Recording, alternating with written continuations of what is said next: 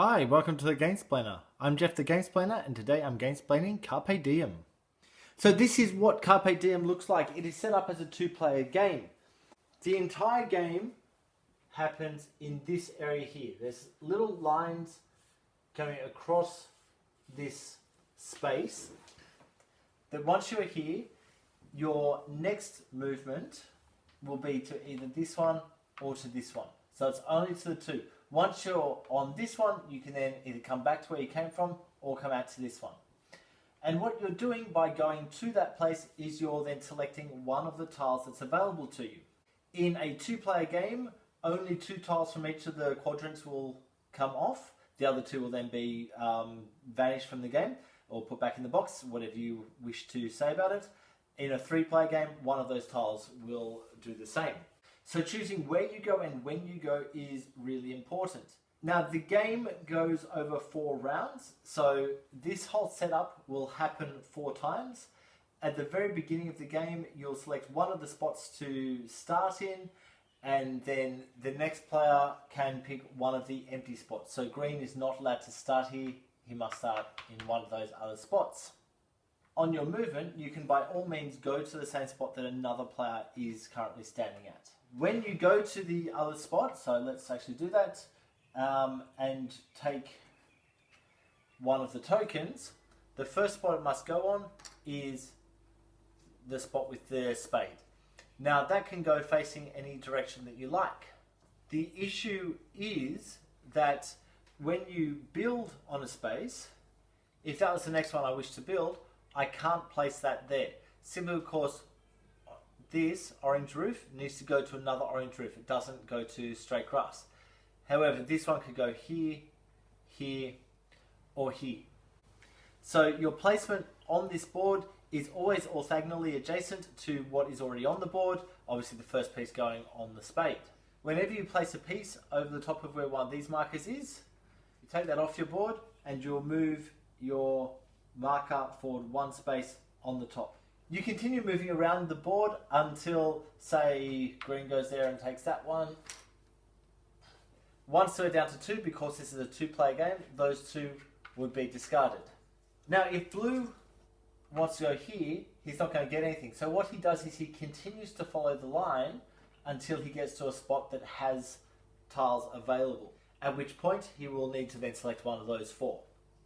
Once all the tiles have run out, you then select one of these spots. Now what these spots are talking about is you're actually selecting 2 cards. So if I select this spot, I'm saying I will have at least 1 grape, and I'll have at least 1 grape, fish and leaf. If I can't fulfill one of those cards, I lose 4 points.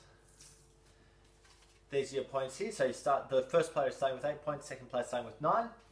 If I can't fulfill both of them, I'll lose both of those points. If I can fulfill one of these more than once, I'm more than able to do that. And so if I put 2 grapes in, that would get me 2 points, but I wouldn't then be able to use the grape for up here. That's the ones with the red bottoms. If I were to select something with the green bottom, that is saying stuff that I have. Red is stuff that I will spend to get the points. Green is stuff that I have. What this is saying is I have 2 of these buildings finished. I don't have one of these finished at the moment because there's an open end, so that wouldn't get me any points either. I would lose the points, the 4 points. Green would also do that. They would select one of the spots, their choice of where to go, to take the points or lose the points. Those markers then stay there for the rest of the game. So at the end of the second round, when you come back to it, you're not able to take either of these 2 spots. You need to take one of the other spots.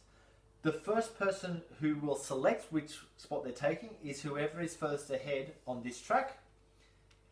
If that's what the track looks like, green is furthest ahead. So whoever is on the top of a pile is in the lead on that pile. That happens 4 times, and so the last person will always have a choice between one or the other, but will only have 2 choices as to where they can possibly go. At the end of that, we then go to final scoring. We count up how many chimneys we have in the villas and have a look up here for the number of points. Now each completed villa would give a number of chimneys, So say I had one completed villa that had 2 chimneys and one completed villa that had 3, I would have a 2 plus a 3, so that's 5. Notice that if I have 11 chimneys in the one villa, it's worth 26 points. It's worthwhile going after that. There are some potentially big points there, but it needs to be on a single villa, and that villa does need to be completed. Then each item that you have, which are these elements, and are also face down tiles, you get 1 point for every 2 of them that you have. You get whatever points you're up to on that top track. Then you gain points for any of these markers. What you're looking for with those markers is to actually come across the spot. So if this was a completed building, that's worth 3 points because that crosses over this line. If you have 2 of those buildings over that line, you only get those points once, however. So each person's board will be slightly different with that. You're then getting points for these cards, and I'll talk about how to get those cards in a moment. Those cards give 2 points for every whatever it is at the top that you have on your board at the end of the game. And that's pretty much it. Whoever has the most points wins. Points are on these cards, so actually get those cards for the points. If you lose points, you need to put cards back into those piles. So what does each thing do? What does each thing mean? I'll start with the villas. So the villas are these orange ones. What you're looking at is the number of chimneys, so that's already been discussed, and that's only scored at the end of the game. That is not scored at the end of the round scorings. However, if you do select a card that looks like this, that's talking about how many chimneys you have on your board. Your villas that go into that do not have to be complete. The next spot to talk about is each of the farming spots. So the farming stuff looks like that. So that's the green farming stuff. When you have a completed one of these, so just having one of them on your board is not completed. Having that is still not completed. Once you add another end, then it is completed. What you gain for that is the number of tiles that have created the completed space -1 in markers. So because that one gets us leaves, there are 3 tiles, I get 2 leaves. If it looked like that, I would only get 1 leaf. So the same thing as this one applies for each of the other types of land. So there's the dirt for the chickens, the purple one for the grapes, and water for the fish. Then we move on to the different building types. So I'll start with the small stuff and I'll finish off with the big stuff. So the smaller stuff is these 3 building types. So this one's a market. When you build one of them, you will get 1 money, which looks like that. When you build this one, you will gain 1 bread, which looks like that. And when you build this one, that's a fountain, you will gain 2 of these cards. You'll then select one of the 2 cards to keep, and the other one will go back on the bottom of the deck. If you were in a future round to build another fountain, you would take 2 cards off the top, and what you're now doing is choosing 2 of the 3 cards. So the card that you kept earlier, plus the other 2 cards you just picked up, you're going to hang on to 2. So you may want to hang on to both those cards and get rid of that one. And that will happen all the way through the game. Whenever you build a fountain, you'll take 2 and select 1 to drop off out of your entire hand. The points off those cards come in at the end of the game. So there's 2 points for whatever type of thing is built.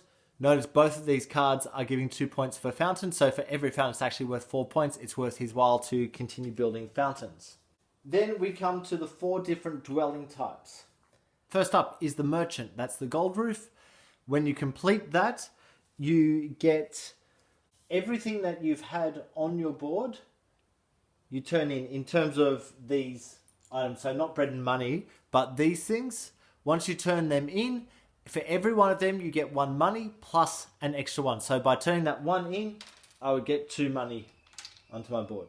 The next one is the grey roof. That's the administrator. When you complete that, you would move your marker 2 more spaces along that top track. Next up we have the bakery. That's the brown roof one. When you complete a bakery, you would get 2 breads coming onto your board. Now the way that you can use bread, there are actually 2 different ways to use bread. You can either use one of the bread to break the rules up here. So he spent a bread, he can just step to that one if he wishes. Or he could even stay where he is and claim another tile from where he actually is at the moment.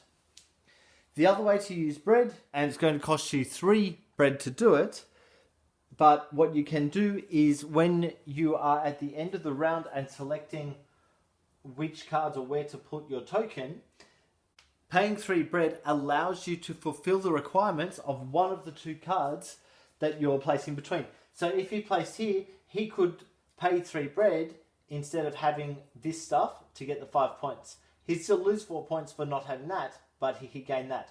Or he could spend that 3 bread to fulfill that and take 1 money, move along this track 1 and take a bread. And the last one is the green buildings, also known as the craftsman.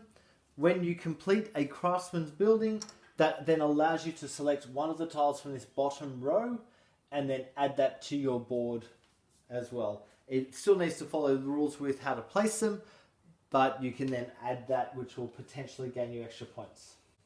I believe that I've been through everything that there is to run over with Carpe Diem.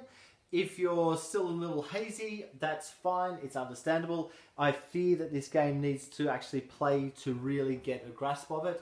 So please go ahead and watch my playthrough. If you have any comments or suggestions, please write them below. If you have any games that you would like to be gamesplained, please shoot me an email at thegamesplainer@gmail.com. Follow me on Instagram and Twitter at thegamesplainer to keep up to date with the games that I'm playing. Subscribe to my videos to keep up to date with the games that I'm gamesplaining. And until next time, enjoy gaming.